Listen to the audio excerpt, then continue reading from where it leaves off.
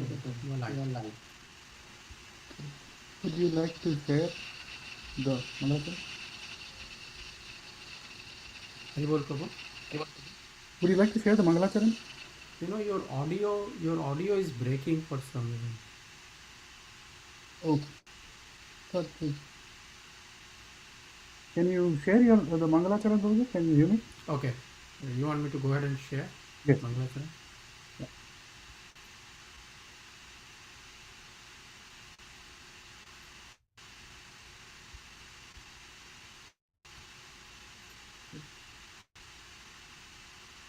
Yes, Prabhu. Yes. Hare Krishna. Thank you to the dear devotees for joining ISKCON of Silicon Valley's Wednesday evening program. So we will start with first offering our prayers of gratitude to our spiritual masters who have given us this direction and who have enabled bhakti in our lives. ॐ अज्ञानतिमिरान्धस्य ज्ञानाञ्जनशलाकया चक्षुरुन्मिलितं येन तस्मै श्रीगुरवे नमः श्रीचैतन्यमनोभीष्टं स्थापितं येन भूतले स्वयं रूप कदा मह्यं ददाति स्वपदान्तिकं वन्दे वन्देऽहं श्रीगुरो श्रीयुतापदकमलं श्रीगुरून् वैष्णवांश्च श्रीरूपं साग्रजातां सहगना रघुनाथान्वितां त्वां सजीवं साद्वैतं सावधूतं परिजनासहितं कृष्णचैतन्यदेवं श्रीराधा कृष्णपादान् सहगना ललिता श्रीविशाखान्वितांश्च हे कृष्णा करुणा सिन्धो दीनबन्धो जगत्पते गोपेश गोपिका कान्त राधा कान्ता नमोऽस्तुते तप्तकाञ्चन गौराङ्गी राधे वृन्दावनेश्वरी वृषभानुसुते देवी प्रणमामि हरिप्रिये वाञ्छाकल्पतरुभ्यश्च कृपासिन्धुभ्य एव च पतितानां पावनेभ्यो वैष्णवेभ्यो नमो नमः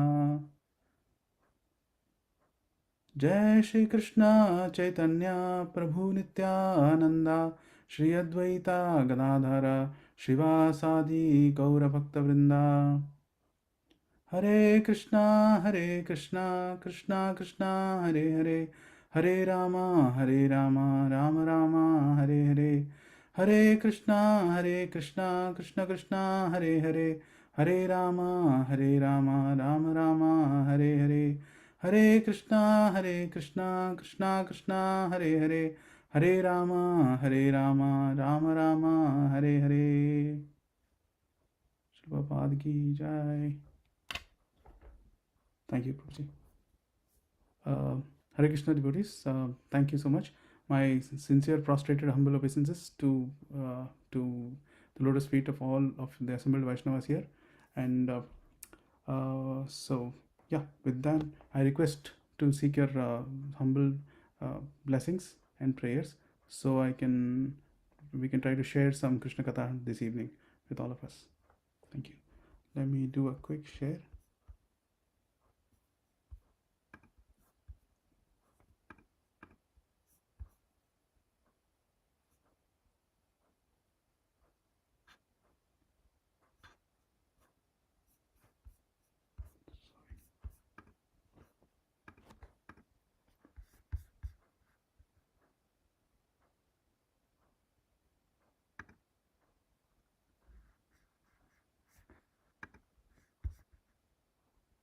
Sorry, I have to quit and reopen. Just take a minute, a few seconds. Sorry, this was a new computer. Just I'll be back right away.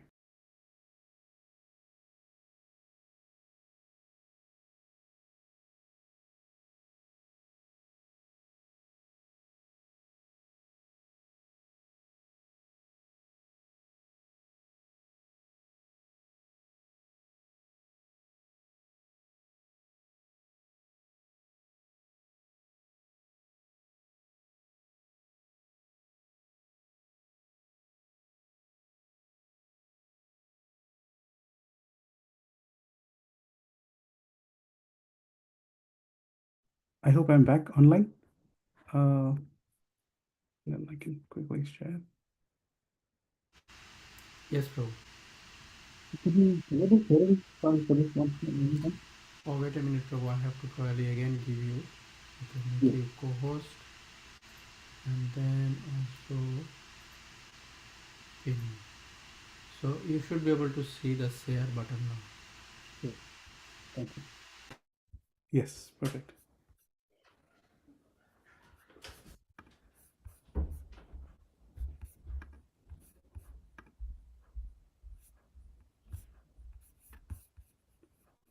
So can you all see the screen? Uh, Jayaraman, Yes, yes, sir. Yes, bro. We we'll can begin see. with a short prayer, as we always do. नमो विष्णुपदाय कृष्णपृष्ठाय भूतले श्रीमते भक्तिवेदांत स्वामिनिति नामिने नमस्ते सरस्वती देवे गौरवाणी प्रचारिणे निर्विशेष शून्यवादी पाश्चात्य देशतारिणे जय श्री कृष्ण चैतन्य प्रभु नित्यानंदा श्री अद्वैत गदाधर शिवासादि गौर भक्तवृंदा हरे कृष्ण कृष्ण कृष्ण हरे हरे हरे राम राम राम हरे हरे जय राधा माधवा जय कुंज बिहारी जय राधा माधवा जय कुंज बिहारी जय गोपीजन वल्लभा जय गिवरधारी जय गोपीजन वल्लभा जय गिरिवरधारी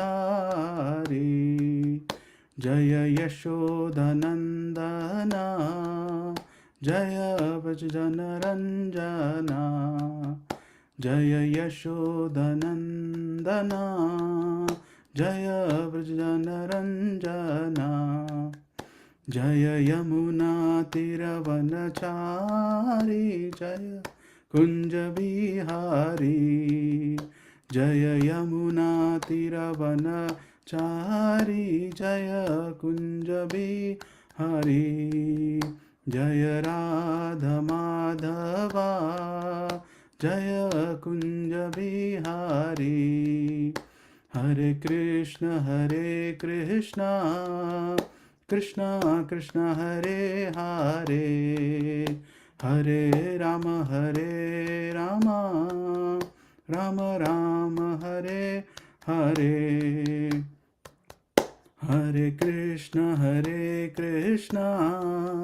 कृष्ण कृष्ण हरे हरे हरे राम राम राम हरे हरे हरे कृष्णा कृष्ण कृष्ण हरे हरे हरे राम राम राम हरे हरे जय राधा माधवा जय कुंज बिहारी जय यशोदनन्दना जय व्रजनरञ्जना जय गोपीजनवल्लभा जय गिरिवरधारी जय यमुना तिरवनचारी जय कुंज बिहारी श्री प्रभुपाद की जय श्री राधा माधव मोहन जी की जय श्री राधा माधव की जय again devotees Hare Krishna devotees, thank you all very much for joining this evening for this ISKCON of Silicon Valley's call. This is the Wednesday evening program. So today's topic is primarily on our divine mothers, Sita Devi, Devi Vedavati, and Devi Padmavati. So this is a very close topic to me. I have been very inspired by these stories, and that's the same thing I thought we can share with each other today. And whatever I have heard, whatever I have heard from our Guru Parampara, they have expressed it in a very, very beautiful and amazing way. I am trying to simply repeat it. I'm 100% sure I will not be even close to what our Guru Parampara has done in narrating these pastimes. but I will try to do our best, and I request and seek all your prayers and blessings so we can go through this narration so that it can purify our existence, purify our hearts, and actually these narrations and words can go into our hearts and purify us fully. So with that, with seeking all your permissions and blessings, we will move forward. So as we go, the agenda is primarily we will travel. We will go to India. We'll travel from around. We'll start around Madurai or a little beyond, little above Madurai, and then we will try to see a little bit on the Lanka side. Then we'll come a little bit, figure out a little, few more things, few more aspects from on the Ayodhya side, and finally we will reach Tirumala, and we'll try to end this parikrama here in this order. Yes. So of course, when I heard, when I was myself looking at this, this part, this whole thing, the first thing that came to me was, I know this already. I already know this. I already know the story of Lanka. I already know the story of Ayodhya. I know the story of Tirumala. So why should I be even thinking about it, or why should I be even speaking, or why should we even be speaking about this?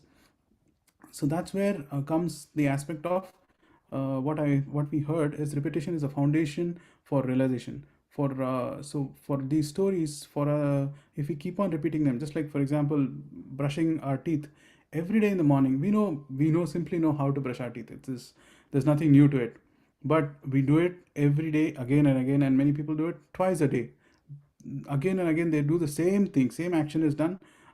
It's kind of a repetition. Every day it is repeated, but there is a specific reason why it is being done, because it will keep our teeth clean. That's one of the primary reasons. In the similar way, there is exercise also, that either yoga or any other aerobic exercises, there is a set pattern to it, and we already know the set pattern of exercise. But the point is, any coach, if we go to any coach, they will tell us, you start this exercise and keep on repeating it. Do it for 15 minutes, do it for half an hour, do it half an hour every day. The aspect is on repetition. Every time they say repeat the same thing again and again and again, because that's how your muscles get trained. And once the muscles get trained, of course, your health becomes good. So repetition is even important in that aspect.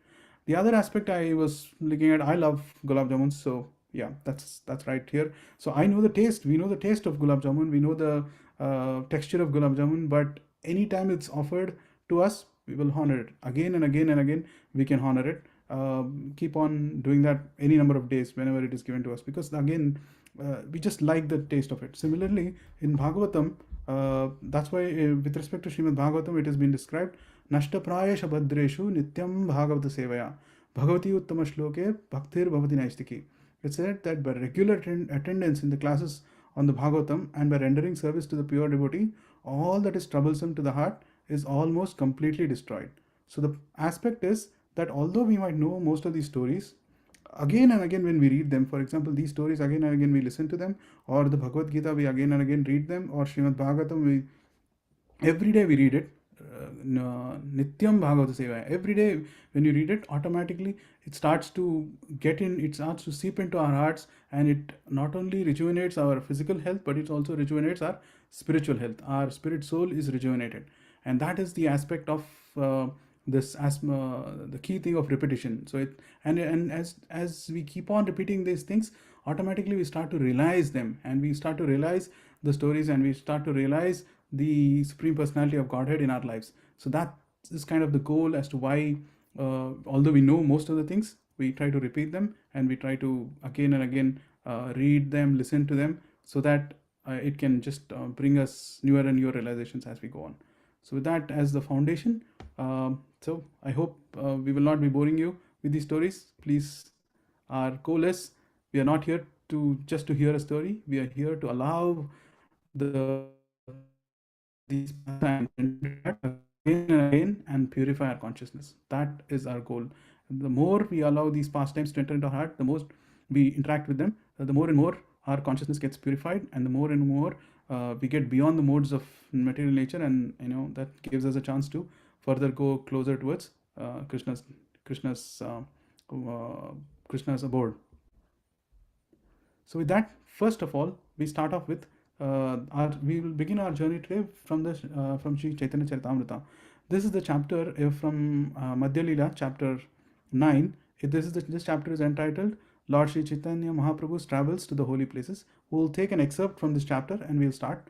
But before we do that, we first offer our humble obeisances to Srila Krishnadas Kaviraj Goswami, the author of Sri Chaitanya Charitamrita, who at a very very old age, he still on the request of all the Vaishnavas, he compiled this amazing literature and presented it in such a beautiful way. And of course, by the grace of Srila Prabhupada, it has been translated from Bengali into English and it is available to all of us now. And because it is available to all of us, we can relish these Charitamrita, the nectar that is coming from the life and pastimes of Sri Chaitanya. So as we start this journey, we again play our humble obeisances to Srila Krishnadas Kaviraj Goswami Prabhupada, and then we will begin. So here, I think I will begin by reading from the verse. I hope you are able to see the Veda-based link as well. Yeah. So this. Yes, Prabhu. Thank you. So this chapter, as I mentioned, is Chaitanya Mahaprabhu's travels to South India. So we will start from this and then we'll see how it works out. Yeah. So let me first read a few verses in Bengali as the verse is written there, and then we'll go through the entire verse with the English translation. Dakshina Mathura Aila Kamakoshti Ahaite Tahande Kahaila Eka Brahmana Sahite Se Vipra Mahaprabhu Ke Kaila Nimantrana Rama Bhakta Se Vipra Virakta Mahajana Kritamalaya Snana Kari Aila Tara Ghare Bhiksha Ki Dibena Vipra Phaka Nahi Kare Mahaprabhu Kahe Tare Suna Mahasaya Madhyana Haila Kene Paka Nahi Haya Vipra Kahe Prabhu Mora Aranye Vasati Phakera Samagri Vane Na Mile Samprati Banya Saka Phala Mula Anibe Lakshmana Tabe Sita Karibena Paka Prayojana Tara Upasana Suni Prabhu Tushta Haila Aste Vyaste Se Vipra Radhana Karila Prabhu Bhiksha Kaila Dhinera Tritiya Prahare Nirvinna Se Vipra Upavasa Kare. Very beautifully these verses go. What we will do is we'll try to read the translations for these verses so we can kind of follow it even better. Of course, Bengali is so nice. Yes. So we started here. We will go through these translations. Translations are by His Divine Grace, A.C. Bhaktivedanta Swami, Srila Prabhupada. Srila Prabhupada ki jai. Actually, there are a few purports, but yes, we'll go through. When Sri Chaitanya Mahaprabhu arrived at southern Mathura called Kamakoshti, he met a Brahmana. The Brahmana who met Sri Chaitanya Mahaprabhu invited the Lord to his home. This Brahmana was a great devotee and an authority on Lord Sri Ramachandra. He was always attached. Sorry, my fault. That's me actually. He was always detached from material activities. After bathing in the river Kritamala, Sri Chaitanya Mahaprabhu went to the Brahmana's house to take lunch, but he saw that the food was unprepared because the Brahmana had not cooked it. Seeing this, Sri Chaitanya Mahaprabhu said, "My dear sir, please tell me why you have not cooked. It is already noon." The Brahmana replied, "My dear Lord, we are living in the forest. For the time being, we cannot get all the ingredients for cooking. When Lakshmana brings all the vegetables, fruits, and roots from the forest, Sita will do the necessary cooking." Sri Chaitanya Mahaprabhu was very satisfied to hear about the Brahmana's method of worship. Finally, the Brahmana hastily made arrangements for cooking. Sri Chaitanya Mahaprabhu took his lunch at about 3 o'clock, but the Brahmana, being very sorrowful, fasted. While the Brahmana was fasting, Sri Chaitanya Mahaprabhu asked him, "Why are you fasting? Why are you so unhappy? Why are you so worried?" The Brahmana replied, "I have no reason to live. I shall give up my life by entering either fire or water." My dear sir, Mother Sita is the mother of the universe and the supreme goddess of fortune. She has been touched by the demon Ravana, and I am troubled upon hearing this news. Sir, due to my unhappiness, I cannot continue living. Although my body is burning, my life is not leaving. Sri Chaitanya Mahaprabhu replied, Please do not think this way any longer. You are a learned Pandita. Why don't you consider the case? Sri Chaitanya Mahaprabhu continued, Sita Devi, the dearmost wife of the Supreme Lord Ramachandra, certainly has a spiritual form full of bliss. No one can see her with material eyes, for no materialist has such power. To say nothing of touching Mother Sita, a person with material senses cannot even see her. When Ravana kidnapped her, he kidnapped only her material illusory form. Yes. As soon as, actually, this verse we'll just do the Bengali as well. Ravana asite Sita antardana kaila Ravanera age maya Sita pataila. As soon as Ravana arrived before Sita, she disappeared. Then, just to cheat Ravana, she sent an illusory material form. Spiritual substance is never within the jurisdiction of the material conception. This is always the verdict of the Vedas and Puranas. Sri Chaitanya Mahaprabhu then assured the Brahmana, Have faith in my words and do not burden your mind any longer with this misconception. Although the Brahmana was fasting, he had faith in the words of Sri Chaitanya Mahaprabhu and accepted food. In this way, his life was saved. So, up to here, what we saw is Sri Chaitanya, this Brahmana, who's called Ramadas Vipra, was a wonderful devotee of Lord Ramachandra. And when Sri Chaitanya Mahaprabhu visited as part of his South India tour, when he visited to this place, this Brahmana invited Sri Chaitanya Mahaprabhu to have lunch at his place. But when Mahaprabhu arrived, there was no lunch made at all. And because this Brahmana was in such a deep mood of Ramayana that he felt that Lakshmana has still to get all the ingredients, and Sita Devi is supposed to cook, but Sita Devi was touched by Ravana and she was carried away by Ravana, and therefore he was feeling a lot of moroseness in his heart. And then, of course, Mahaprabhu revealed to him Sita Devi's spiritual form, and she said that Ravana can never touch Sita Devi. And that kind of allowed this Brahmana to be, his life was saved because of that. But then we will see as we move forward, a lot more wonderful things happen. After assuring the Brahmana, Sri Chaitanya Mahaprabhu proceeded further into southern India and finally arrived at Durvasana, where he bathed in the river Kritamala. At Durvasana, Sri Chaitanya Mahaprabhu visited the temple of Lord Ramachandra, and on the hill known as Mahendra Shaila, he saw Lord Parashuram. Sri Chaitanya Mahaprabhu then went to Setubandha, Rameshwara, where he took his bath at the place called Dhanush Tirtha. From there, he visited the Rameshwara temple, then took rest.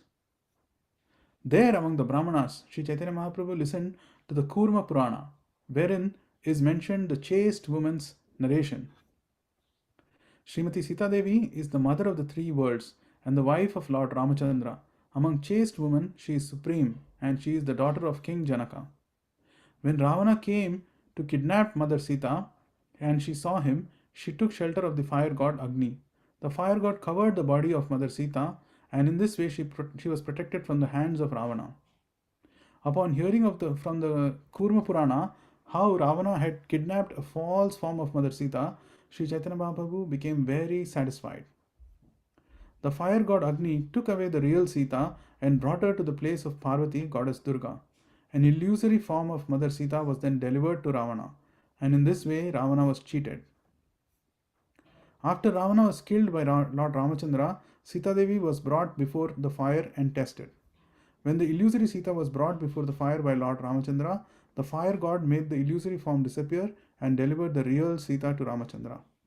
When Sri Chaitanya Mahaprabhu heard this story, he was very pleased, and he remembered the words of Ramdas Vipra. Indeed, when Sri Chaitanya Mahaprabhu heard these conclusive statements from the Kurma Purana, he felt great happiness. After asking the Brahmana's permission, he took possession of the manuscript leaves of the Kurma Purana. Since the Kurma Purana was very old, the manuscript was also very old. Sri Chaitanya Mahaprabhu took possession of the original leaves in order to have direct evidence. The text was copied onto new leaves in order that the Purana be replaced. Sri Chaitanya Mahaprabhu returned to southern Mathura, which is Madurai, and that's where I said we are beginning our journey, Madurai, and delivered the original manuscript of Kurma Purana to Ramadas Vipra. This particular, yes. So these two verses are coming directly from the Kurma Purana, as written by Srila Prabhupada in the purport of this for this verse. When he was petitioned by Mother Sita, the fire god Agni brought forth an illusory form of Sita, and Ravana, who had 10 heads, kidnapped the false Sita. The original Sita then went to the abode of the fire god. When Lord Ramachandra tested the body of Sita, it was the false, illusory Sita that entered the fire. At that time, the fire god brought the original Sita from his abode and delivered her to Lord Ramachandra. Ramdas Vipra was very pleased to receive the original leaf manuscript of the Kurma Purana, and he immediately fell down to the lotus feet of Sri Chaitanya Mahaprabhu and began to cry. After receiving the manuscript, the Brahmana, being very pleased, said, "Sir, you are Lord Ramachandra himself, and have come in the dress of a sannyasi to give me audience. My dear sir, you have delivered me from a very unhappy situation. I request that you take your lunch at my place. Please accept this invitation. Due to my mental distress, I could not give you a very nice lunch the other day. Now, by good fortune, you have come again to my home." Saying this, the Brahmana was very happily cooked food, and a first class dinner was offered to Sri Chaitanya Mahaprabhu. Sri Chaitanya Mahaprabhu passed that night in the house of the Brahmana. Then, after showing him mercy, the Lord started toward the Tamrapani river in Pandya Desa. So this is where we will stop, and we come back to our verse. So as we saw in this short pastime from Sri Chaitanya Mahaprabhu's travels in South India, where he meets this Brahmana, Ramadas Vipra. He arrives at southern Mathura and he meets the Brahmana, and here we can see how the Brahmana is fasting and he is not able to even cook for the Lord. But then Mahaprabhu assures him that Sita Devi can never be touched by a demon like Ravana, like the persons who are in the mode of ignorance and passion and things like that. They cannot ever touch the Supreme Goddess Sita Devi. And he assures him and he gives him faith and moves forward. And as he moves forward and further on, he gets to read the Kurma Puran from the manuscript, and Chaitanya Mahaprabhu gets complete confirmation from the Kurma Puran that what he said was correct, and Maya Sita was the one who went with Ravana, and Mother Sita was never touched by Ravana. This gives him so much happiness that he is able to now give proof to the Brahmana, so that Mahaprabhu himself, who's Krishna and Radha combined, he does not need to go back, but it is simply because of his causeless mercy. He makes a copy of this manuscript. He travels back all the way back, and this is the time when traveling is only by walking. There is no cars and trains and things like that. So Mahaprabhu walks back to this place where the Brahmana is residing. Mahaprabhu delivers the manuscript to the Brahmana, assures him and makes him completely happy that Mother Sita was never touched by Ravana, and making him happy. Then Mahaprabhu moves forward. This is the mercy of Sri Chaitanya Mahaprabhu, and along with that, of course, Mahaprabhu has given us all amazing mercy of chanting these holy names. So yeah, we're very, very grateful to Mahaprabhu, Sri Chaitanya Mahaprabhu, for all the blessings that he has bestowed on all of us. So with that, we see how during the time of this Ravana kidnapping Mother Sita, the Maya Sita was swapped in. And to understand a little bit about, now we will connect into as to what is the history behind this Maya Sita. Who is this Maya Sita? Of course, she is an expansion of Mother Sita only, but there is a small history, or there is an important and a good history behind this Devi. So that is what we will go ahead, try to continue this thing on. But before we move forward, we want to pay again our obeisances to Srila Krishna Das Kaviraj Goswami. See, as he always mentions in all his chapters, he gives this his humble verse: Shri Rupa Raghunatha Pade Yar Asa Chaitanya Charitamrita Kahe Krishna Dasa. Praying at the lotus feet of Sri Rupa and Sri Raghunath, always desiring their mercy, I, Krishna Das, narrate Sri Chaitanya Charitamrita, following in their footsteps. Similarly, praying at the lotus feet of Sri Rupa and Sri Raghunath and all the 6 Goswamis and all our acharyas, we will move forward and to try to narrate these further pastimes. So yes, this is where we enter the aspect of Sri Ramayana. So this is where, and again, as we enter into Ramayana, we first of all seek the blessings of Sri Valmiki Muni, who is called the Adi Kavi Valmiki. He His narration of the Sri Ramayana is the most uh, present everywhere, and every other version of Ramayana gets inspired from the Ramayana that Sri Valmiki Muni wrote. And as we all understand, Valmiki Muni did not write it out of his own imagination. He was blessed by Lord Brahma, he was blessed by Narad Muni, and he was given direct vision of the entire life story of Lord Rama. And based on the direct vision and in a very poetic meter, Valmiki Muni wrote the Ramayana. Of course, as Sri Ramanavami is coming next in this Sunday, we will get more and more details into the Ramayana. But for now, we will try to come back to the aspect of what happened with this Maya Sita. But before we come to Maya Sita, we have to introduce a few characters, well-known characters to all of us. But it's kind of good to introduce them here. So that is basically the Dasagriva and his siblings, the family of Ravana. So this was the time, like long time, much beyond Treta Yuga, when the demon race was very much trampled by the demigods. So they were continuously getting trampled by the demigods. And the demon race, there was one Rakshasa called Sumali. Although he was a demon Rakshasa, but he was on the good side of being a Rakshasa. So this Sumali, he saw that the demon race was very much getting trampled. So he thought that if we can continue our Rakshasa race through the genealogy of a very powerful Brahmana, then we might be able to get enough power and to extend our race for a long period of time.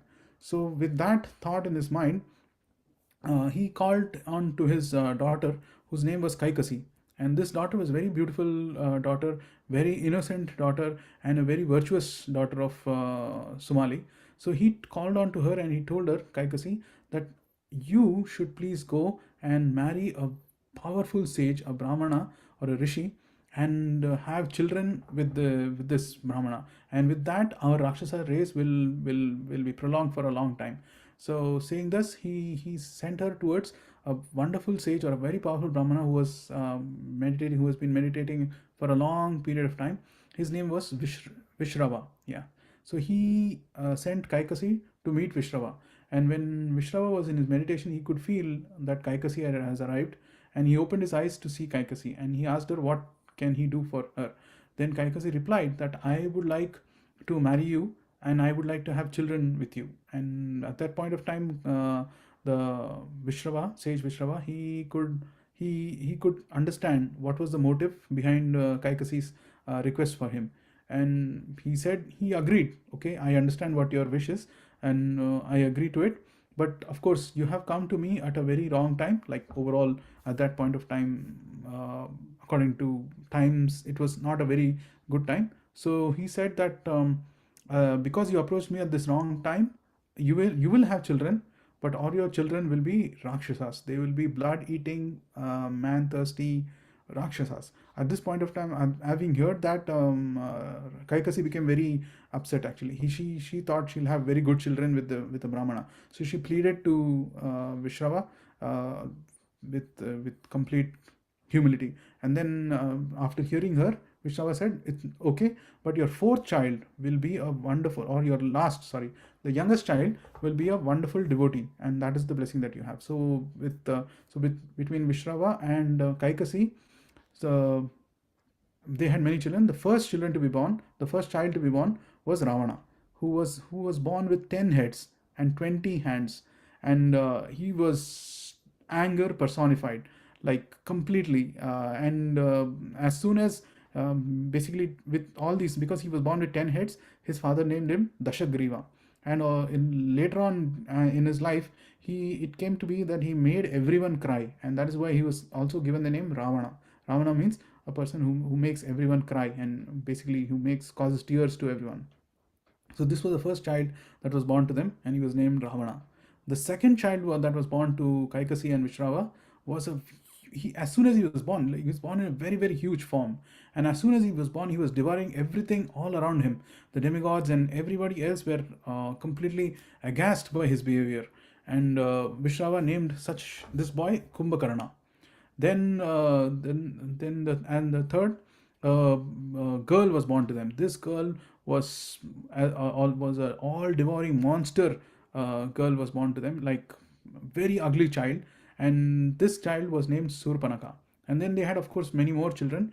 The last of them was Vibhishan, and this child was a very loving, caring, compassionate, always remembering the pastimes of the Supreme Personality of God. Such a wonderful devotee was born, and he was named Vibhishan.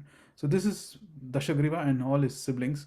And as we understand, actually, as I hear from one of the books, Shuvilas Prabhu, he mentions that in Ramayana itself, we can see three different classes of people. One is the people of Ayodhya, who are called Sanskriti. Basically, they knew the perfect way of living life. They had the purpose of life, and they absolutely perfect life. That's where Sanskriti.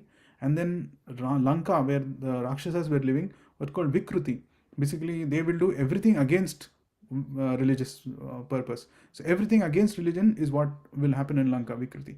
But in between Sanskriti and Vikruti, between Ayodhya and Lanka, there was Kishkinda, which was basically Prakriti. This is where we had both sides. You had some folks who were bad, like Vali, and who had some folks who were kind of mixed, were like Sugriva, and who were some folks who were very very good, like Hanumanji. So as we go through Ramayana, as we more and more meditate on Sri Rama, we will go through all of these different aspects. But for now, we'll keep moving forward here. So these were all the different siblings that or children that Kaikasi had, and the most powerful and of all of them was Ravana. This Dashagriva was absolutely powerful, and what they did actually, yes, at one point of time, Kaikasi saw that Vishnava had one more wife, and of that wife, Kuvera was born, and this Kuvera was the treasurer of the demigods, and absolute. His opulence was great, and he had a wonderful city called Lanka. His absolute opulence was so nice, and he was respected in all ways. And one point of time, when Kuvera came to meet Vishrava, Kaikasi saw him and was completely impressed, and he said she's told to her sons and all her children that you all also should go out and do tapasya. You should do austerity, and you should become as good. I mean, if not greater, at least as equal to Kuvera as possible. So saying that, she sent them all to do tapasya, and that's when all of them went to do tapasya. They all went to a place called Gokarna and performed severe tapasya to please Brahma and Lord Shiva. So both Ravana, Kumbhakarna, Surpanaka, Vibhishan, everyone performed tapasya for thousands and thousands of years. Like Ravana, he did tapasya for 10,000 years, and of course he was, as we know, he was born with 10 heads. So he used to be standing on one leg and continuously perform tapasya to please Brahma, and every 1,000 years he used to cut off one of his heads. So 1,000 years, 2,000 years, 3,000 years. So 9,000 years were finished, and at the end of 10,000 years, he was about to cut off his 10th head as well, to please Lord Brahma. At that point of time, Brahmaji appeared and said, Ravana, I'm obligated by your penance, and therefore ask me what you want.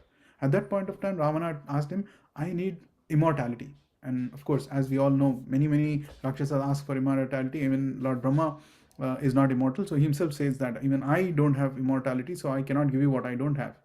Then Ravana says, okay, then give me bless me such that I don't give me protection from all these people, like no demigods, no Gandharva, no Kinnara, no Rakshasa, no Rishi. None of these folks should be able to kill me. Bless me. But along with that, don't give me this blessing that I should be afraid of any humans or Vanaras, because for him, Ravana was of the Rakshasa class, and to understand Rakshasas properly, they were almost equal to the demigods. They had the same strength, duration of life, power of the demigods. It's just that the demigods were on the mode of goodness, the Rakshasas were completely in the mode of ignorance and completely on the way of bad. So for them, humans are like ants. So like, for example, if someone asks us, do you want protection from ants that we would, as humans, we would never ask. Ant is so insignificant that you wouldn't even ask for protection from ants, because we know ants cannot do anything to humans. Similarly, that was the position of Ravana. He thought humans to be like ants, humans and Vanaras to be like ants. So he said that, give me protection from demigods, give me protection from Gandharvas, Kinnaras, Rakshasas, and Rishis, but don't even care to give me protection from humans and Vanaras. So Brahmaji said, okay, Tadasu, and along with that, he also blessed him. Uh, 7:40, okay, till 8:30. Yeah, along with that, he also blessed him. Um, that even if anyone cuts off your heads, it will all come back, and he gave him a lot of blessings. Similarly to Kumbhakarna again, he prayed, he wanted to pray for Indrasan, but then of course the demigods came and told Brahmaji that he's already devouring everything, and if he gets Indrasan, then he's going to devour everything. So he's just going to take away everything. So then Brahmaji took Saraswati's help, and therefore instead of asking for Indrasan, he asked for Nidrasan, and therefore he was given the thing that he'll sleep for almost his entire lifetime and just get up for a day or two for eating and then again sleep. Similar, but then when it came to Vibhishan asked for only loving devotional service, bhakti to the Supreme Personality of Godhead, and he was blessed with the same. So now, with all of this happening and Ravana getting complete power, he became absolutely infatuated with his power. And he, first of all, he went he sent a message to Lanka saying that, Kubera, you either leave this place or be killed. And because Kubera knew Ravana's power now, so Kubera had to leave Lanka, and Ravana occupied Lanka, and he also took away his Pushpaka Viman. And on with so much with so much power and so much arrogance, now Ravana was unstoppable. So this Ravana now was saying, okay, what can I do? And he was flying all over the world, and at one point of time he was flying over the Himalayas and trying to see, what can titillate me, what can titillate me. So at that point of time, when he was flying over the Himalayas, he saw something that resembled a lady, and and for him, because he was lust and anger personified, anything with respect to a woman would just charge him up. So he came down to take a more further look, and that's when he saw there was a woman meditating there, and he landed down there. Um and then began his conversation with this lady. And this conversation, again, I thought it better than me narrating it. There's a wonderful excerpt written by Chaitanya Charan Prabhu in this particular aspect. We'll go through that reading, and that might be it might make more justice for this one. So Chaitanya Charan Prabhu writes this in the Back to Godhead. So yeah, we'll go with this. So what goes around comes around. While this saying is common, seeing it demonstrated in real life is generally not. One reason is that the things that come around don't always come in the same form. The principle of karma, of which the above saying is a colloquial restatement, implies that we will be held accountable for our actions. How exactly we will be held to account for which action varies enormously according to time, place, circumstance. The Bhagavad Gita cautions that the movements of karma are difficult to discern. Yet, scripture gives us the vision to see connections that might elude the uninformed eye. One such causal connection is revealed in the Ramayana tradition, explaining how Ravana had to pay for his lecherousness. So that's where we will see. This is the pastime of connecting the lady. We will describe who she is, and how Ravana gets back his karma. So Ravana stood aloft on his airborne chariot. He was on a rampage tour of the universe, establishing hegemony in all directions. As his chariot was racing over the Himalayan mountain range, he was looking for something titillating. All the scenic, natural beauty around him was too sterile for his impassioned senses. He suddenly caught sight of what looked like a woman. She seemed to be lost in meditation while sitting in a yogic posture. Slowly and lowering his chariot, he peered closely. It was indeed a woman, and a remarkably beautiful woman at that. His desire triggered. He started descending swiftly. For a woman to be alone in the mountainous wilderness was unusual. He looked around to see if she had any protector. If she had one, he would deal with her that soon. If not, then she was his for the taking. As he approached her, As he approached her, he used his mystic power to assume a respectable human form. She sensed his presence and gently opened her eyes. Excited to see that her eyes was just as beautiful as the rest of her, he introduced himself. "Oh, beautiful maiden, who are you? What are you doing here, alone in this wilderness? What man is fortunate enough to have you as his wife?" Seeing him as a guest, the woman looked down shyly and replied, "I am Vedavati, the daughter of the celebrated sage Kushadwaja. I aspire to have Vishnu as my lord and husband. To become pure enough to attain him, I am performing austerities in these sacred mountains." His desire fueled further by her sweet voice, Ravana replied, "I am Ravana, the king of the demons. Your beauty has conquered my heart. I want to make you my chief queen. Come with me to my golden kingdom, Lanka." Her eyes darkened on hearing his proposal, and she replied, "I have decided to offer myself to Vishnu. I have no desire to be with any other man. O king of the demons, kindly depart the way you have come, for I cannot satisfy you." Ravana laughed at her brush off. Obviously, she didn't know his prowess. He didn't know her consent. Oh, sorry, he didn't need her consent.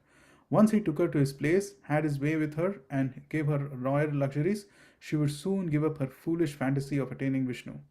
That supreme lord, greater than any demigod, was his arch enemy. Somehow Vishnu had still eluded Ravana, although he had travelled and conquered the whole universe. That Vedavati was meant for Vishnu, that Vedavati was meant for Vishnu would increase the pleasure of conquering her. If he couldn't subordinate Vishnu, he could at least appropriate what was meant for Vishnu. He stepped forward to grab Vegavati.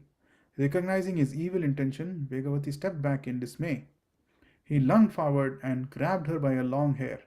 Just as he was dreamily planning to pull her toward him, he suddenly found himself left with a handful of hair. To his surprise, he realized that Vedavati had somehow used her hand as a mystic sword to cut off the hair he had been holding. Seeing her move away from him, he charged toward her again. Glaring at him, she blazed in anger.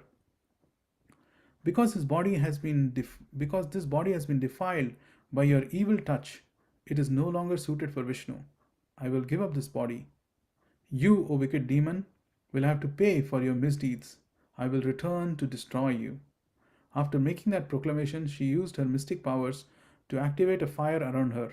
As the stunned Ravana looked on, she immolated her body. Disappointed at that his desire hadn't been fulfilled, Ravana returned to his chariot, giving scant thought to her warning. Little did he know how much this attempted aggression would cost him. Sometimes a wronged person gets a chance by higher arrangement to return and become an instrument for karmic justice. Vedavati got that chance when Ravana lusted for Sita and decided to abduct her. The secret switch. During their forest exile, once Lakshmana had to leave Sita alone, being constrained by circumstances that were brought about largely by Ravana's conspiracy. Being mindful of his duty to guard her, Lakshmana drew a protective circle around their hermitage, infused it with mystical power, and told Sita to stay within it. Later, Ravana came there disguised as a mendicant, asking for alms. When he tried to come into the hermitage by stepping over the protective line, it blazed with fire, stopping him in his tracks. Recognizing that he couldn't cross the line, he requested Sita to come out instead. When Sita stepped near the line, a fire started again, but Sita kept walking and passed through it. Ravana felt his glee rising. Sita had willingly walked into his clutches. Little did he know that a mystical switch had happened.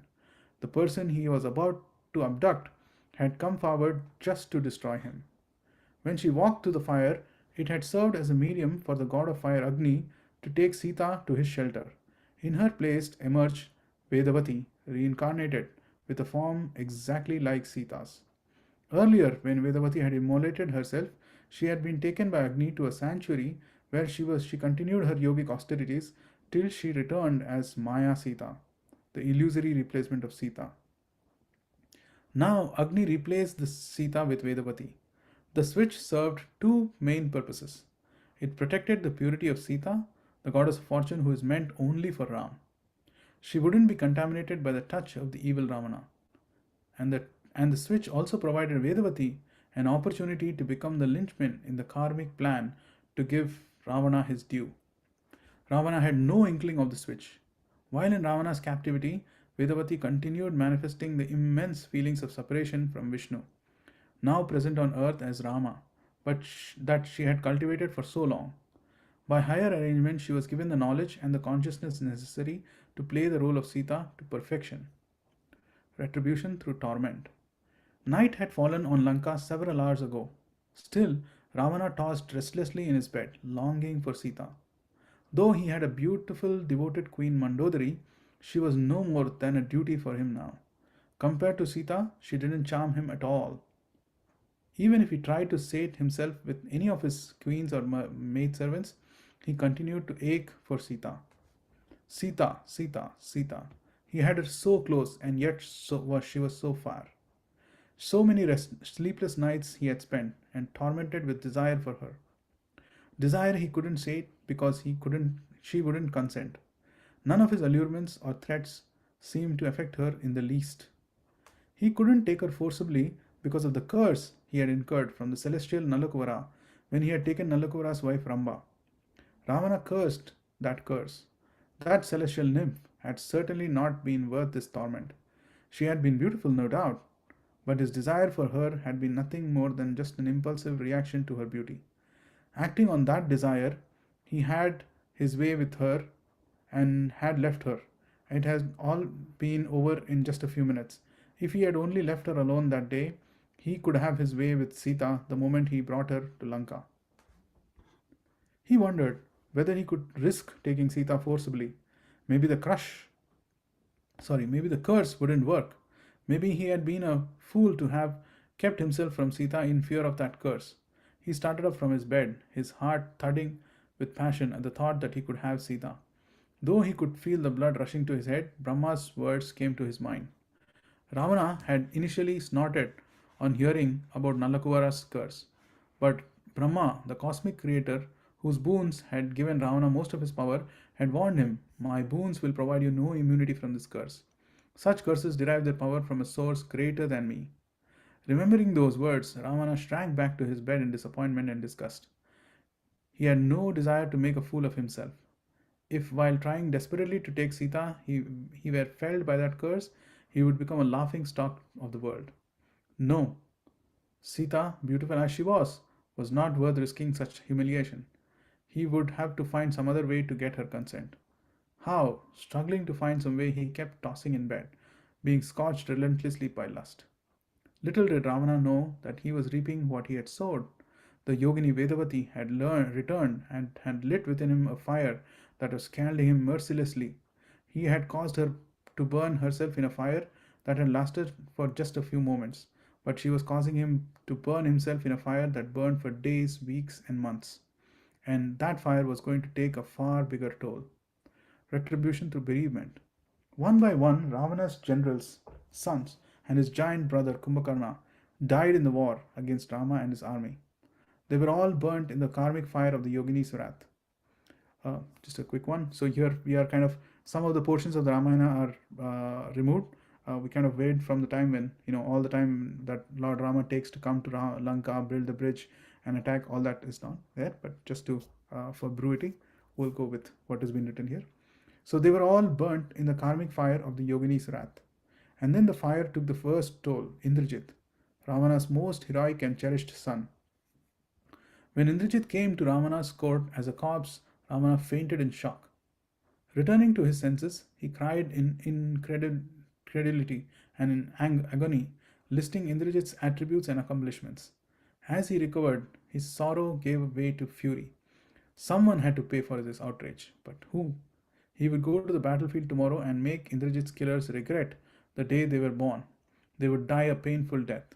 But right now, he needed to vent his anger at someone. Who? Sita. Yes, Sita. That which was the cause of his son's death. She was the cause of the death of his entire dynasty. She would die at his hands today. Ravana sprang from his throne. With a murderous rage in his eyes, he pulled out a fearsome sword. Charging out of his palace, he roared, "Sita, you are the killer of my son. You will die today." Mandodari had collapsed to the floor, devastated at her son's death. Hearing what her husband was about to do, she jumped up in alarm and caught him by the arm. O Lord, heroes never kill defenseless women. Don't sully your good name and our son's memory by performing such an atrocity to avenge him. Ravana took a deep breath. Mandodari's words grated on him, but he couldn't deny their truth. Retribution would have to wait till tomorrow. Again, little did Ravana know that retribution was going on, and he was its target, not its source, and that retribution would go on till he himself would burn to death. This is the end of this. Retribution to death. Rama and Ravana were fighting fiercely. Though Ravana was using all his power, Rama's skill and speed were clearly superior. Yet Rama couldn't target the demon's vulnerable spot, his heart. Why not? Because Sita was in Ravana's heart. Ravana was constantly thinking of her, his desire for her undiminished.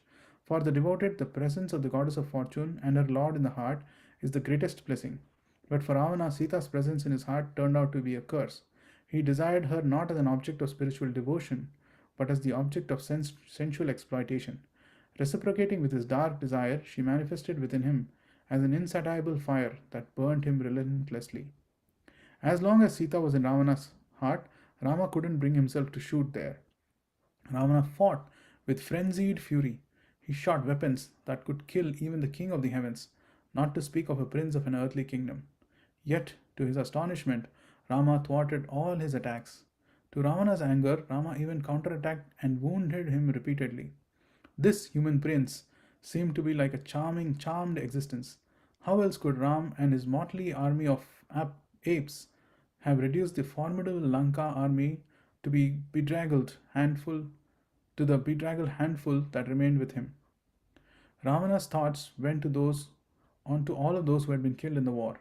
As thoughts of Kumbhakarna and Indrajit filled his mind, the thought of Sita went away for just a moment. That moment was enough for Rama to shoot at Ravana's heart. Rama's infallible arrow found its mark. The demon, whose anger had made the earth tremble, gave out one final scream of pain and fell to the earth dead. Retribution was complete. That personification of lust would lust no longer. The fire of retribution had burned for long in his mind as lust. Now it would burn his body as a funeral fire, reducing it to a pile of ashes. The yogini had returned to right the wrong. Mission accomplished. She knew it was time for her to return. The pure fire of her spiritual desire for Vishnu was burning brighter than ever before in her heart. By adopting Sita's form and mood for nearly an year, she had experienced firsthand the unparalleled devotion to Ram, of his eternal consort. Though humbled on experiencing Sita's devotion, she was also inspired, determined to attain similar devotion one day. How she aspired for the Lord, who inspired such devotion in the hearts of his devotees. So that is the last section, tested by fire, switched by fire. After the fall of Ravana, Sita was released and brought before Rama. To the shock of all observers, that virtuous prince asked that her purity be proven by a test of fire. The yogini sighed. She knew that the test of fire was a guise for another switch through fire. Her union with Rama was not meant to be on this earth. This was her place of penance in her previous life and in this life.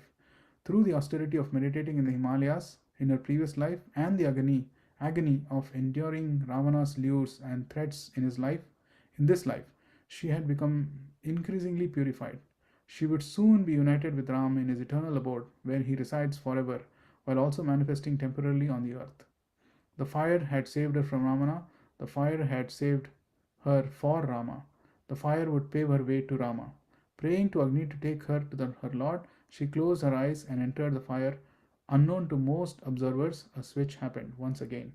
The yogini entered from one side of the fire and Sita emerged from the other. So we are very deeply grateful to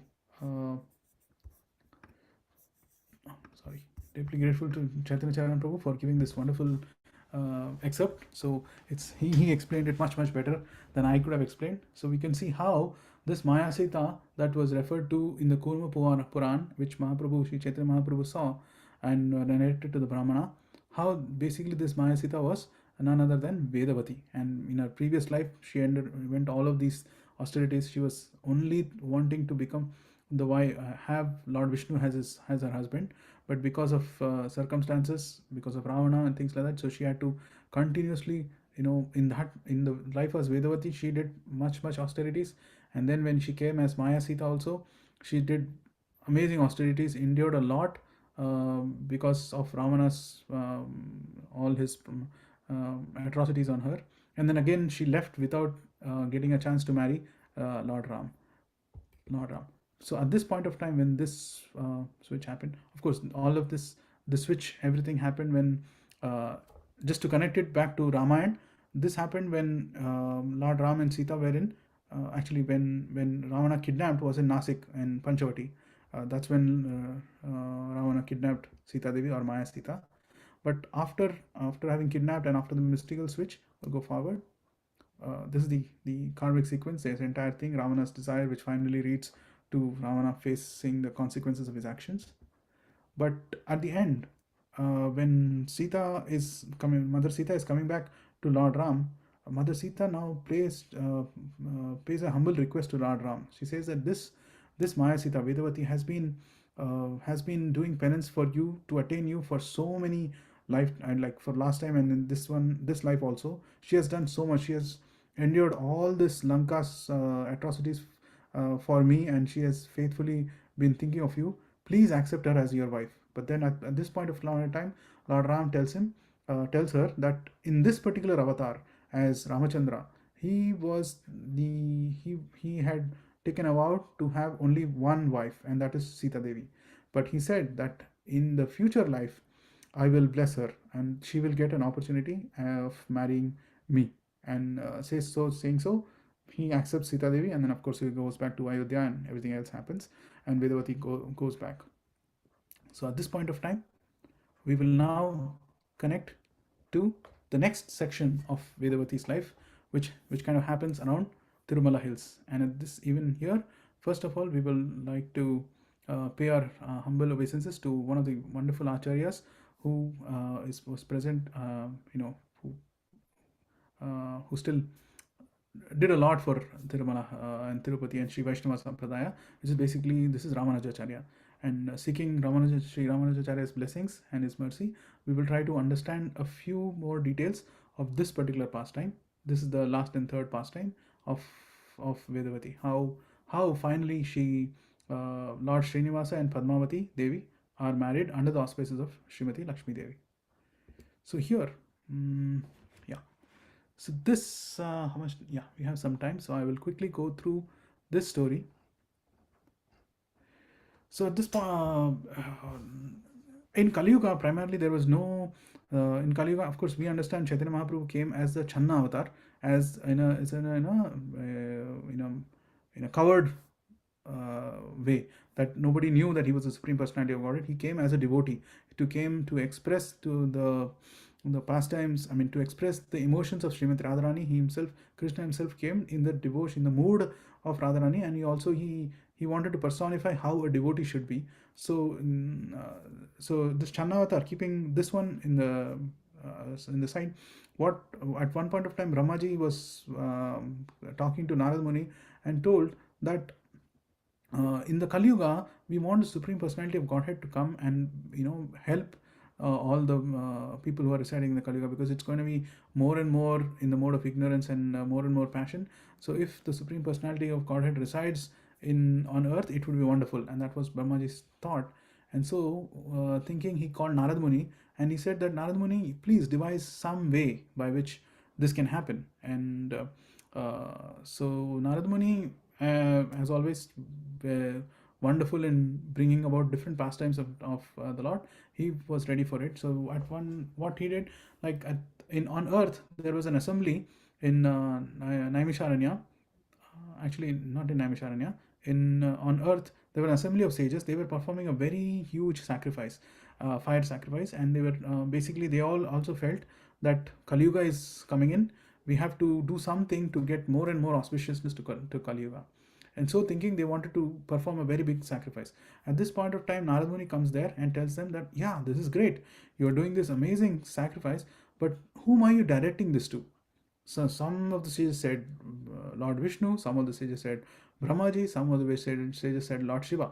and they were not able to figure out whether it who was the supreme, who was the most supreme, and whom to whom these sacrifices should be given to. And so at this point of time, then they said that okay, Narad Muni said that okay, then you might need to find out who is the most supreme of all of these. And of course, they decided that we will test. And at that point of time, Vashishta and other sages, they said no, no, no, no, we are not going to do such a test.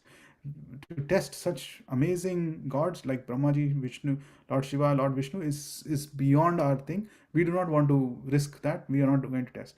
At this point of time, Bhrugumuni, who was the son of Brahmaji, he was selected. That yes, Bhrugumuni can do the test. So of course, I will shorten this narration because we want to kind of quickly go into the Tirumala pastimes. So, but what Bhrugumuni does, he goes to Brahmaji's abode. He does a offense by his mind. Basically, he does not give Brahmaji much respect.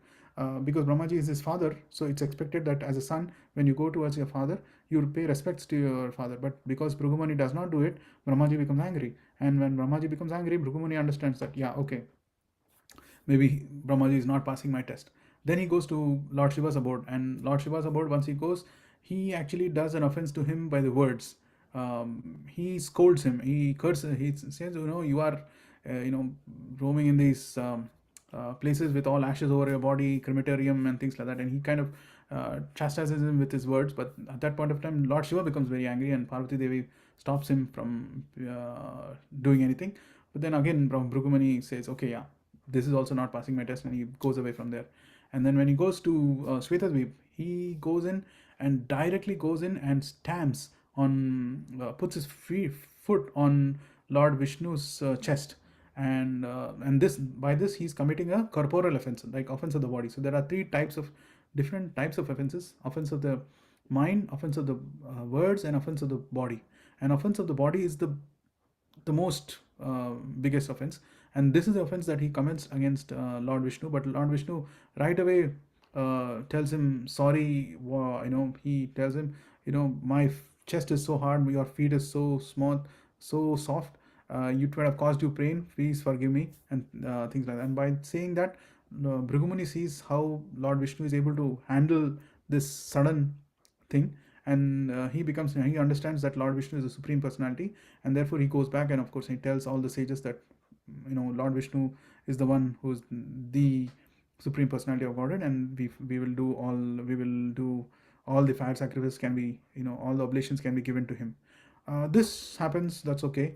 But then we have Mahavishnu, and with Mahavishnu there is Lakshmi Devi, who is at his lotus feet. And when she sees that Bhrigumuni has kicked Mahavishnu on his chest, and that is where she is actually living. Her abode is there on the chest of Mahavishnu, and that's why he's called Srinivas, like Shri or Lakshmi Devi Nivas resides on his chest.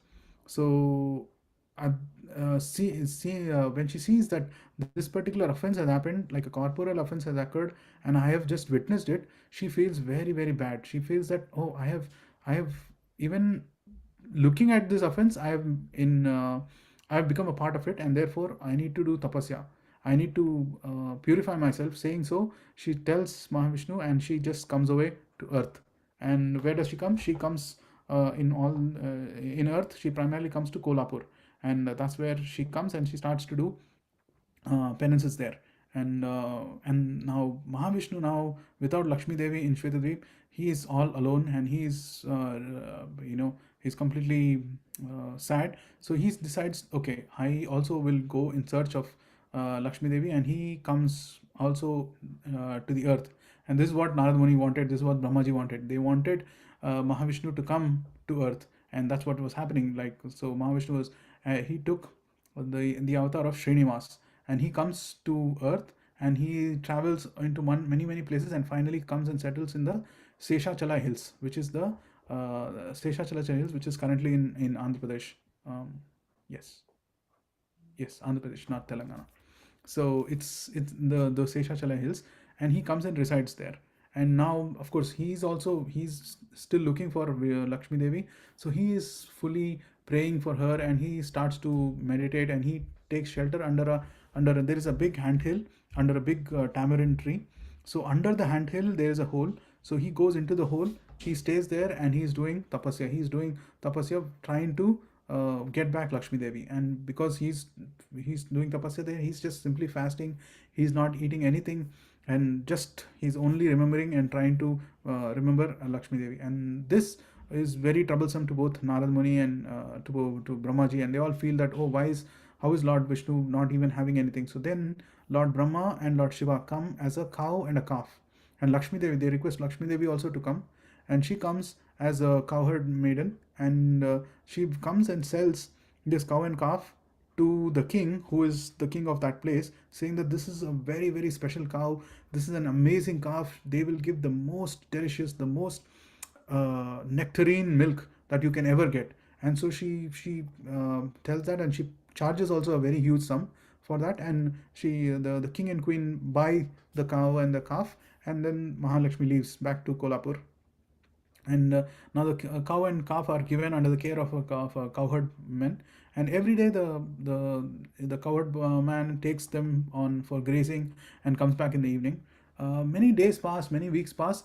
At this point of time, Lakshmi, the queen, is asking the cowherd man, I don't see any milk. Where is this nectarine milk that I was promised? There is no milk coming from this cow. Why? And then the cowherd man says, no, ma'am, no, ma'am, we don't get any milk from this cow. So now the queen really chastises him and says, you better find out what's happening. If not, next day you will be executed. And this point, so the next day comes, and the cowherd man, what happens is, usually in the lunchtime he takes a nap, and when he's taking a nap, this cow and goes directly to the anthill, stays on top of the anthill, as is shown here, stays on top of the anthill and opens her udder and lets this nectarine milk fall directly into the anthill. And Srinivas there, he is very grateful that he is getting this nourishing milk, and he accepts this milk as a offering from his devotee, and he accepts this milk. So every day this cow is feeding Srinivas. And this particular day, this cowherd man is hiding. He's pretending to sleep, and he sees what is the cow doing. And when he sees that the cow is standing on top of this anthill and emptying all her milk into the anthill, he becomes completely upset, and he takes up an axe and tries to throw it at the cow. And Srinivas, as we understand, Namo Brahmane Devaya, Go Brahmane Hitaya, Jagaditaya Krishnaya, Govindaya Namo Namaha. Like Lord Krishna, Lord Vishnu is the person who takes care of brahmanas and cows so much. So as Srinivas sees this axe coming towards the cow, he quickly rises up and makes sure that the cow is saved, but the axe falls on his head, on his forehead, and it cuts him, and there is he's bleeding a lot. As just by seeing this divine form of Srinivas, the cowherd man, because whatever he has done, he has put an axe on this divine form, he becomes completely off guard, and he falls down on dead. And then of course the king comes to know, and things like that happen. Based on, let's see the time. Yeah, we'll quickly go forward. King comes to know, and what happens? After the king comes to know, the king comes and he sees the cowherd man dead, and he sees this beautiful personality there, and he starts to beg his forgiveness.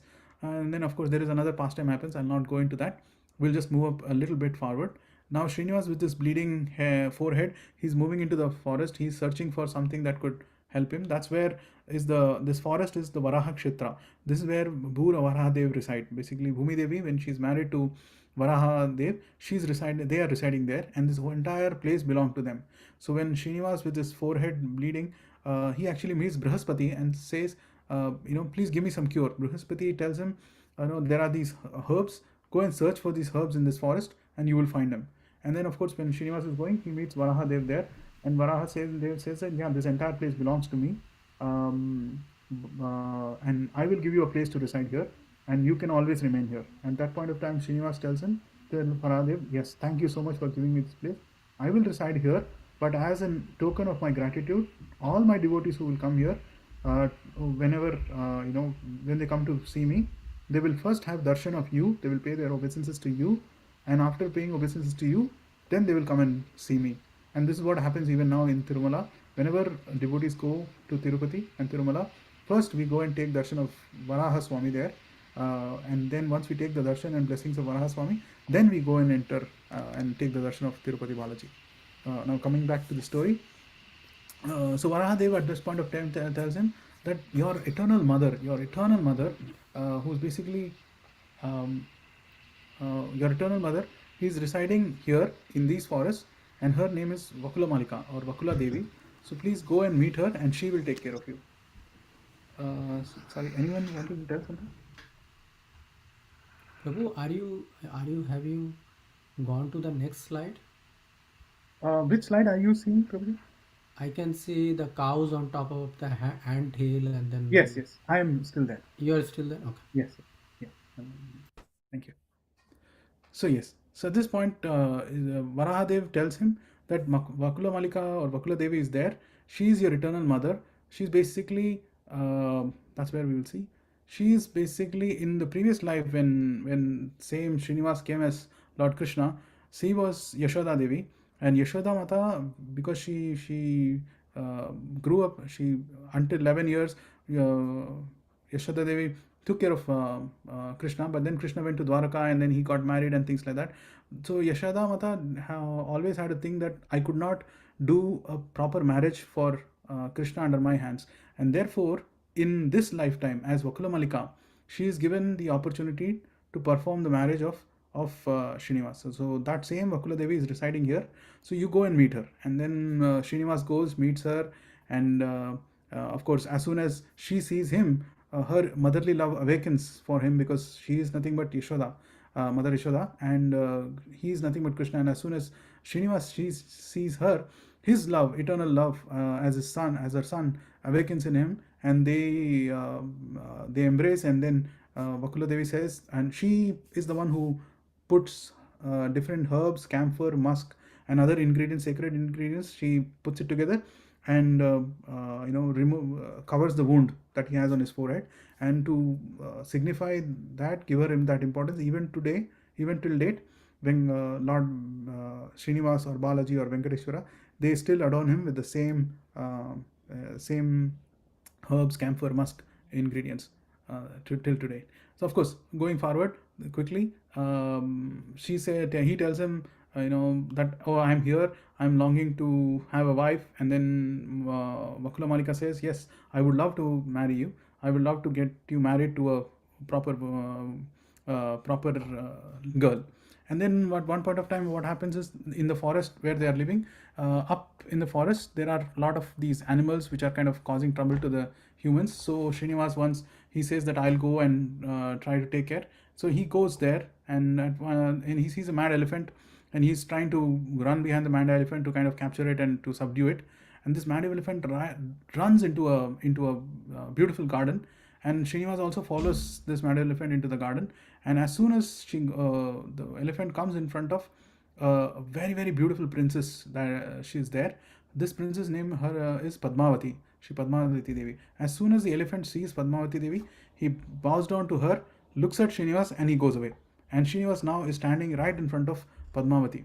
And as soon as Srinivas sees Padmavati, their eternal feelings for each other awaken, because Srinivas is nothing but no other than Lord Vishnu, and Padmavati is an expansion of Vedavati, is basically Vedavati coming as Padmavati, and Vedavati herself is an expansion of Lakshmi Devi. So their eternal love awakens, and Srinivas looks at her, and then of course there is some introductions happen, and then he says that I am coming from this place, and I would like to marry a princess. But then of course the princess goes away.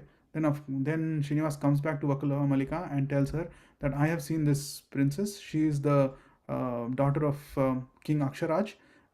He's from the dynasty of the moon. Please take my marriage proposal to him and get us married. And then at that point of time, because Padmavati also saw Srinivas, she heard from the time she saw Srinivas, she's completely out of her mind. Like, she's in so much love with him that when she reached the palace, she's kind of in a state of a very, at least looks outwardly, she's in a very bad health state. So the queen is very kind of concerned, and the queen is trying to find out what's happening. And then further on, what happens is Vakula Malika comes and the king meet, and Vakula Devi tells them the entire story about who is Srinivas, who is Padmavati, and that they are made for each other. And of course, the king agrees, and finally, their marriage is happens. And this marriage is done under the care of all the demigods. All the demigods are invited. Venkateshwara, Srinivas takes a loan from Kubera, saying that I need so much money to take care of all the guests who are coming.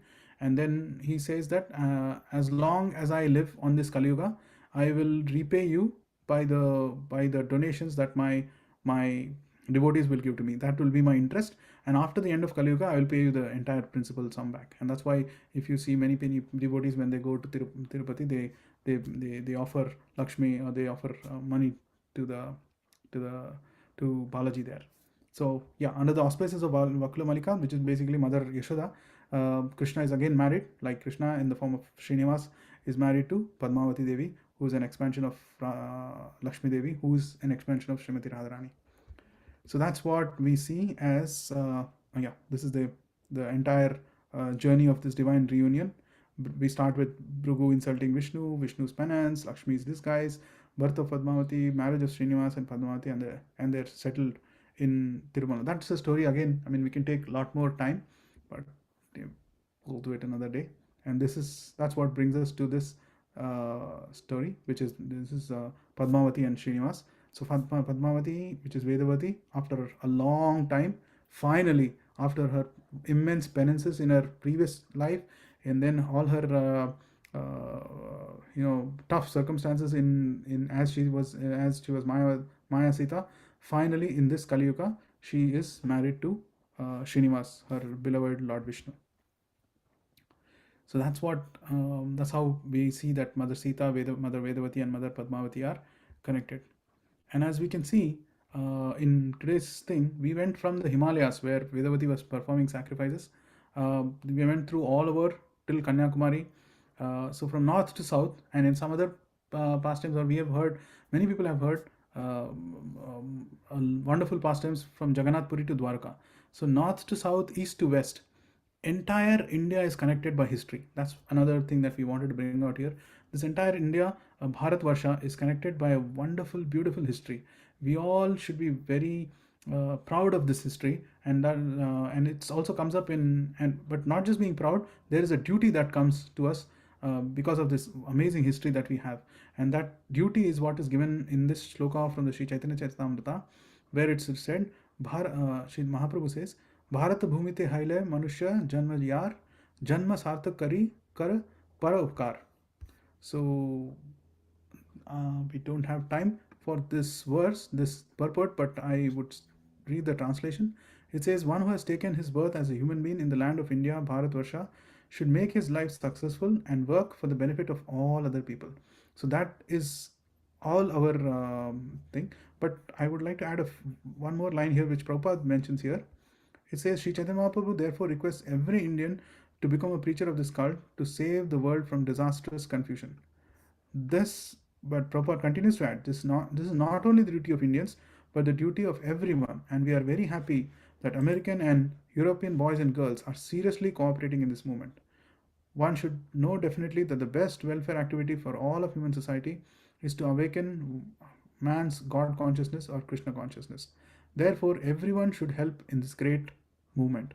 So that's what we hear from overall. What we want to come from this is this. There is this amazing history that is behind all of us, and because we are the recipients of this history, because we are the recipients of this legacy, because we are the recipients of this mercy, it also becomes a nice thing if we can reciprocate and take this forward by really contributing to this movement and making sure that Sri Chaitanya Mahaprabhu's Sankirtan mission floods everywhere in every part of this world.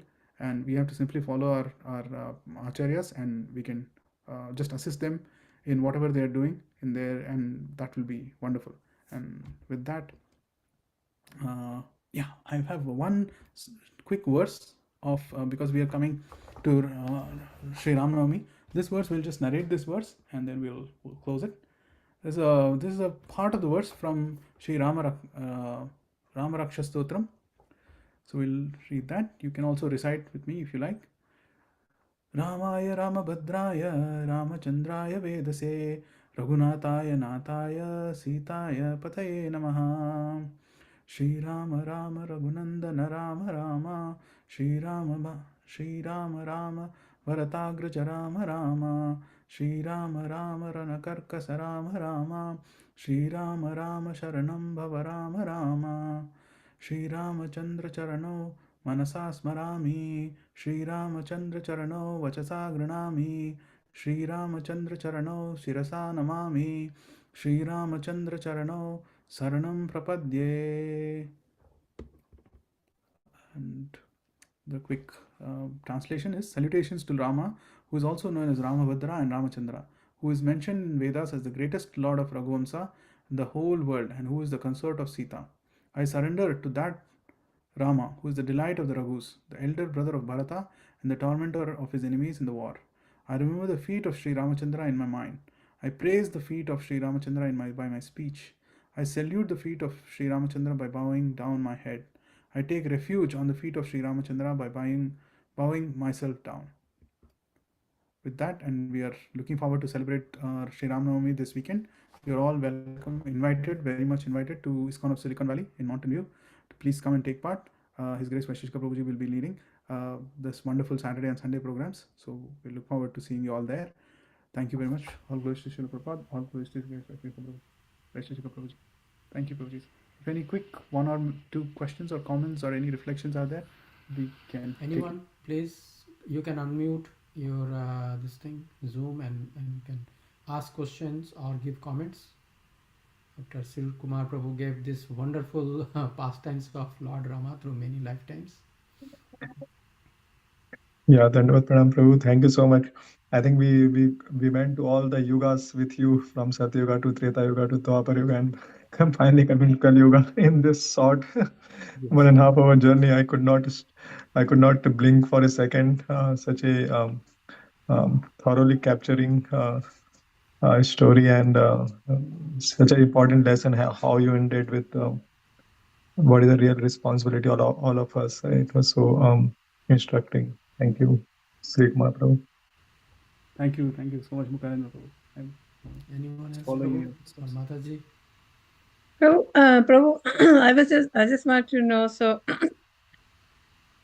Ravana, was he literally born with 10 heads, or it's just superficial? Like, because he was so intelligent, it said that he had like 10 heads, but was he really born with 10 heads?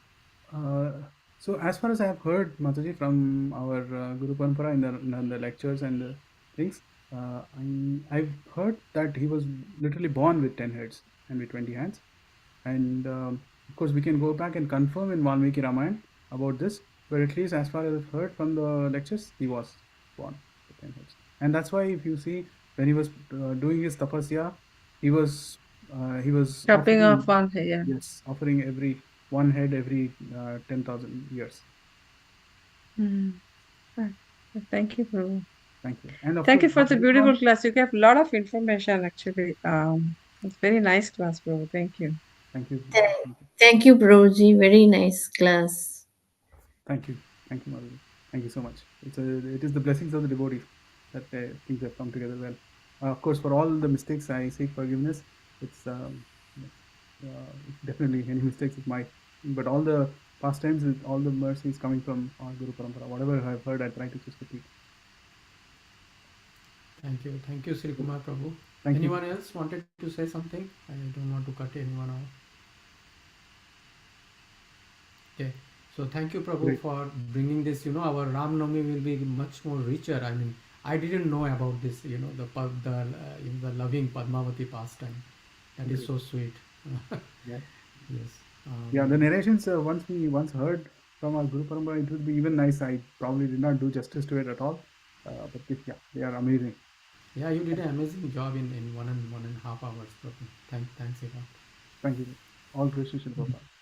कल्पतरुभ्यश्च कृपासिन्धुभ्यश्च पतितानां पावनेभ्यो वैष्णवेभ्यो नमो नमः। कोटि वैष्णववृंद की जय। श्री कुमार प्रभु की जय। हरि बोल, श्रील प्रभुपाद की जय। जय। और भक्त वृंद की जय। Thank you. Thank you, dear devotees. Please join this weekend for the Ram Navami celebration. It will be really great celebration with lot of devotees that will come to the temple. And we will now close the session. And is it when is it, Prabhu? Is it on this weekend or is it next Wednesday? This Sunday. This Sunday, right? This Yeah. Sunday. Yeah, Ram Navami is this Sunday. And we'll again have online only class next Wednesday. We'll meet again. Thank you. Krishna dear. Thank you. We'll now close the session. No.